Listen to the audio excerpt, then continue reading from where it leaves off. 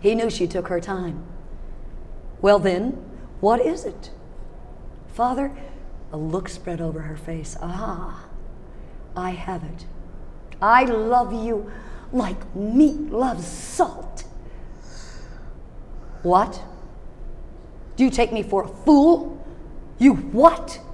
And he flew into such a rage at being addressed thusly that he banished her to the tower, gave her not a gift, and he called her no longer his daughter. The kings of that day often ruled by their emotions rather than their heads.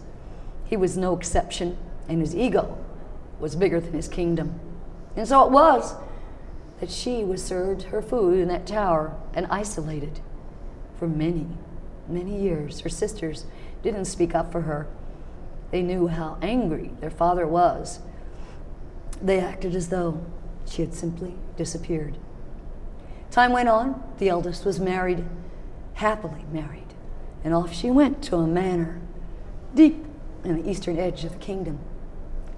And our young huntress, she also married happily, and she and her archer went to live in the westernmost edge of the kingdom.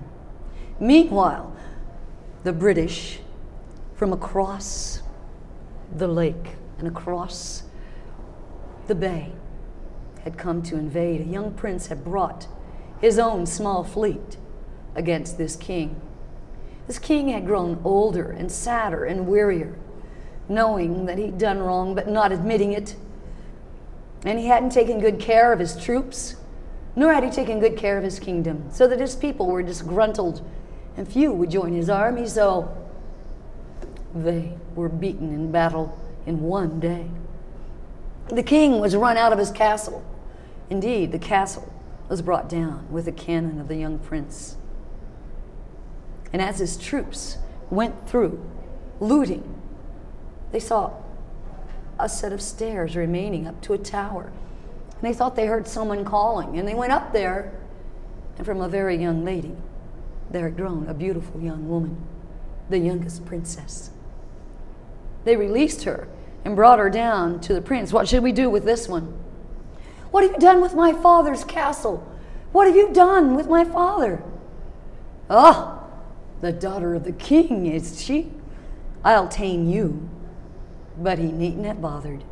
She laid her eyes upon him, and her heart was gone. She fell in love with this young prince, agreed to be married, and off they sailed back to his kingdom with what treasures remained from her father's.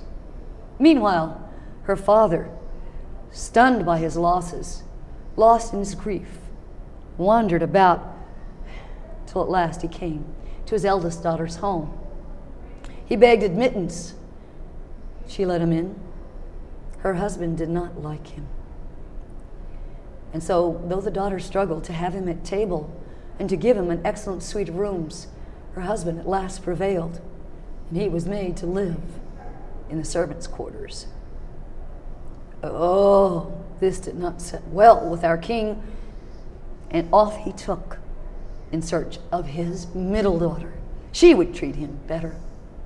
She, with the high energy and the beauty and the hunter green. She'd remember that. And so he went to the westernmost reaches of his kingdom, and there he found his middle daughter. And she brought him in, and she fed him, and she made place for him at the table. Again, her husband did not like him. It wasn't long till not only did he not have servants' quarters, he had only the barn to be in. Pah! Enough of this. And he wandered back to the ruins of his own castle. And there he sat on the stone day after day, contemplating what had become of him as he became more ragged. And he raided the larder till there was little left, until he found in one locked room a trunk he vaguely remembered. And he sat on that trunk, almost guarding it, the last of his treasures. He began to have to wander for berries and nuts, and he grew dim in his mind and confused in such isolation with so little to eat. And meanwhile, back across that bay, across that large lake, with that prince in his kingdom. His youngest daughter pondered his fate. She could no longer bear it, and she said, "Oh, husband, if you but love me, please, bring me back to my father's castle. Let me look for him. I worry for him. He is old and fragile by now." She had forgiven him long ago. "My love, because you ask, and you ask yet again, I will take you." And so they sailed forth.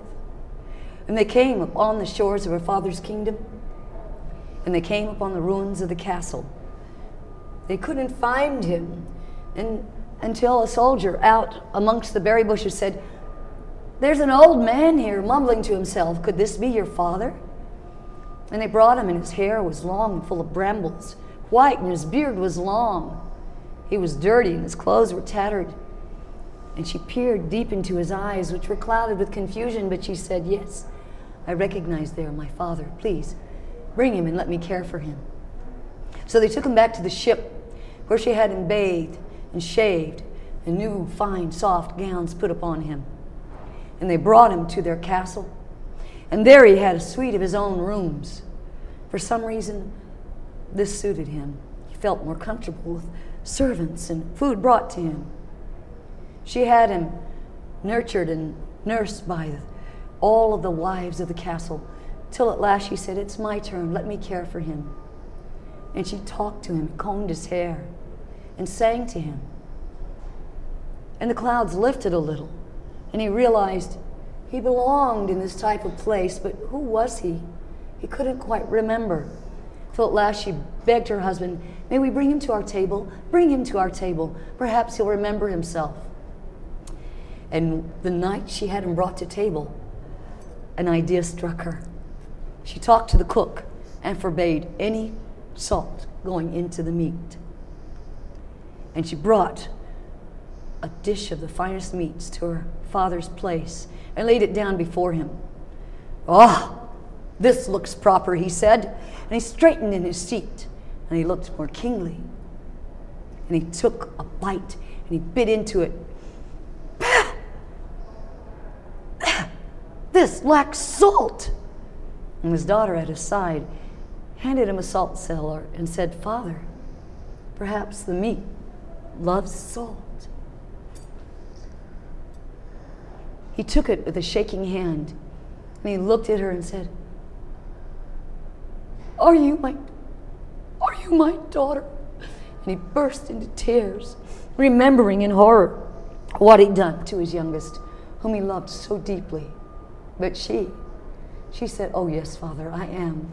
And she held him in her arms, and she rocked him as he cried. And amends were made.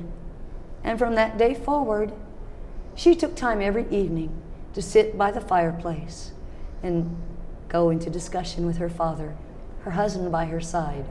And she sang them both ballads of old in her high, clear voice.